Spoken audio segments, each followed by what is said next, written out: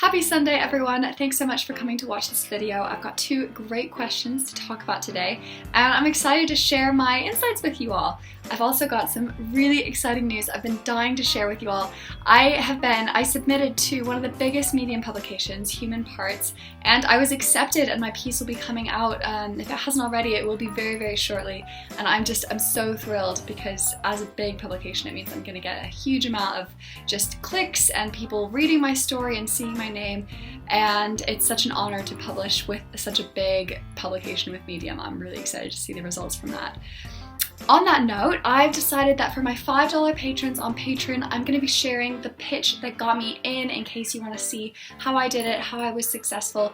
I'm also going to be sharing, Human Parts do an editing process, so I'll be sharing the before version and the after so you can see how they edited, what their thoughts are, kind of like what the in Medium house style is, so you can use that for your own works.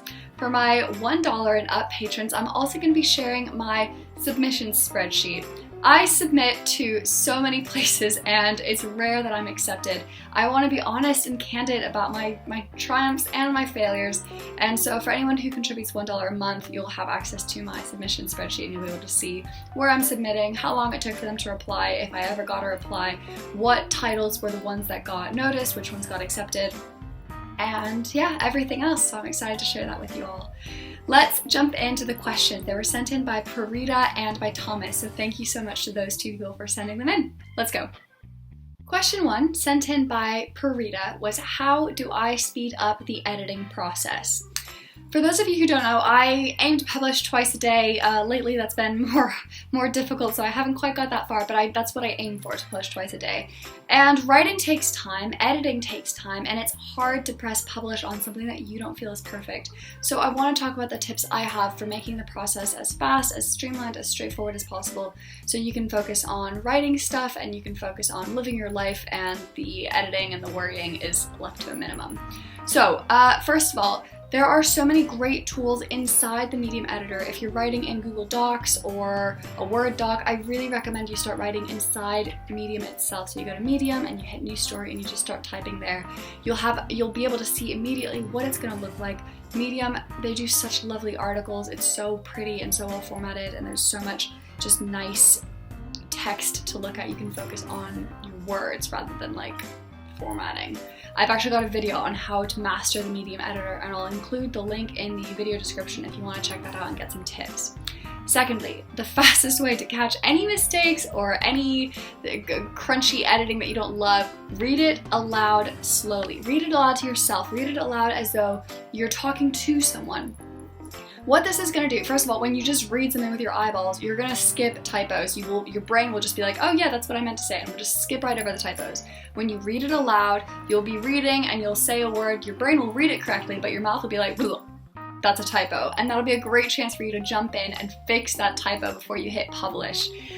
It'll also really help with flow. Like, so many times I've read a story out loud to myself and I've been like, oh shoot, that paragraph should be going below that paragraph, or that paragraph should be in a different heading, or I've had this as my introduction, I think it's probably better as my conclusion.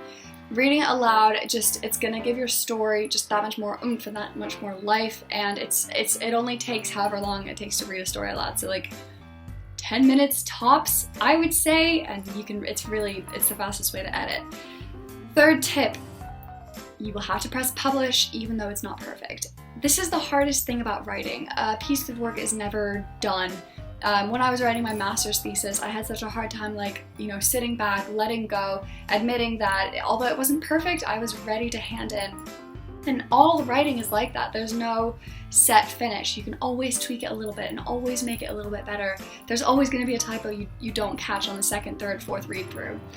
So the most important thing, the most time-saving tip I can say is let go, realize that it's not going to be perfect, admit that you're human, you make mistakes, and just that the next one is going to be better.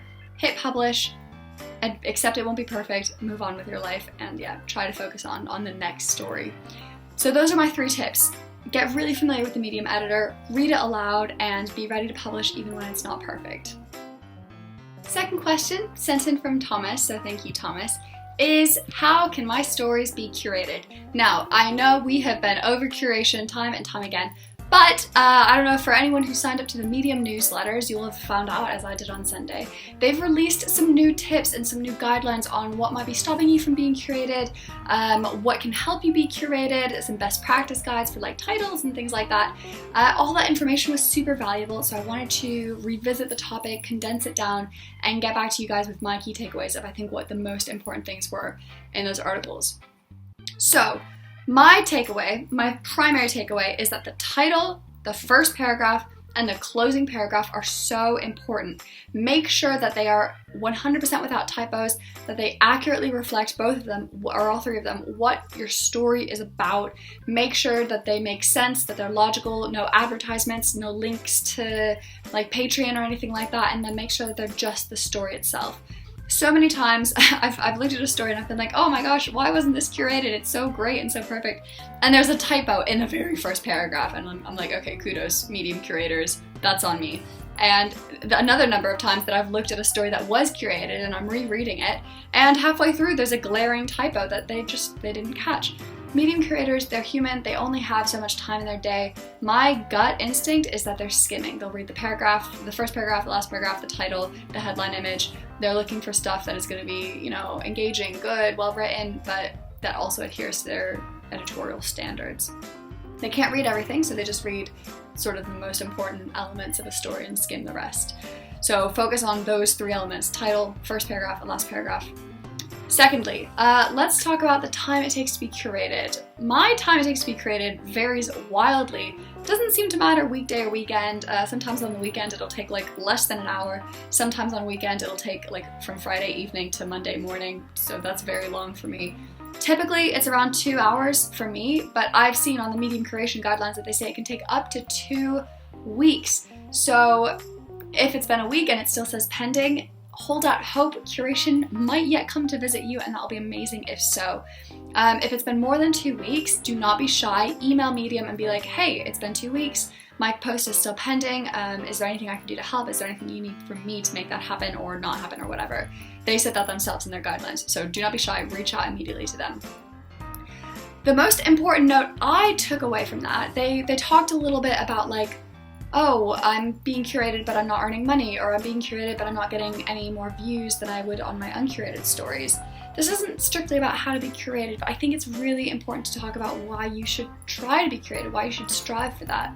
So, first of all, it depends a lot, apparently I was reading, on the topic that you're curated into.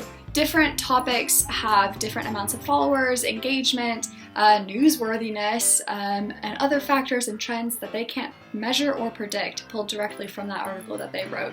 So my takeaway from that is experiment with topics. If you've been sticking to love and parenting and relationships, try something else. It doesn't have to be something you're an expert in. It could just be something you're curious about, or you have an interesting idea in, or something you've been wondering for a long time and you researched it and wrote an article about it.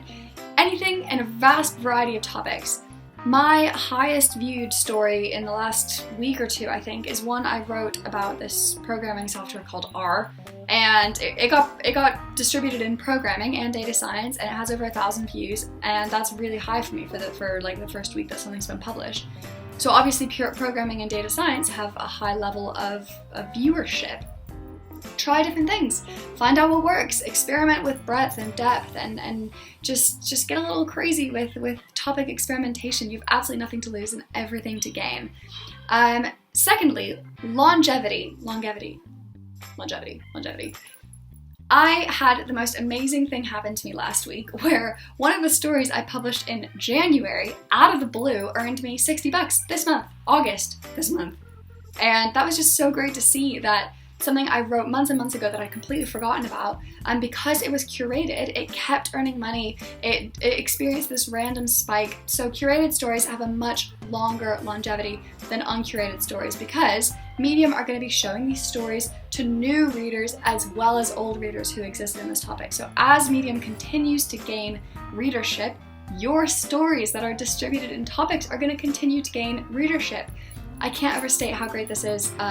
It just means that your old stories that are curated are worth more than your old stories that are uncurated. So definitely try to be curated. It's worth it so much. It's going to help you continue to earn money over the long period of time. And try it in different topics too. those are my takeaways on curation. Focus on the title, the opening image, the opening paragraph, and the closing paragraph. Make sure those are all clean as can be and they really accurately reflect what your story is about without clickbait. And try different topics. Different topics have different levels of engagement. You never know when you're going to find your niche and find your readership. And the reason that curation is so good is it means that your posts are going to be valuable for a much, much longer time than your uncurated posts. Definitely worth it. Keep persisting, and it's worth all the effort. That's it for this Sunday. Thanks again to Purita and Thomas for sending those questions in. I had a great time thinking about them and answering them and videoing them now for you all. If you're keen to see my pitch for the pitch that got me into Human Parts, if you want to see all the places I've submitted to and been rejected from, if you are interested in seeing the editing process, head on over to my Patreon. I'll provide the link in the video description, and that's going to have all that information for you, and I'm so excited to share it with you. So yeah, enjoy the video, and I'll see you next Sunday.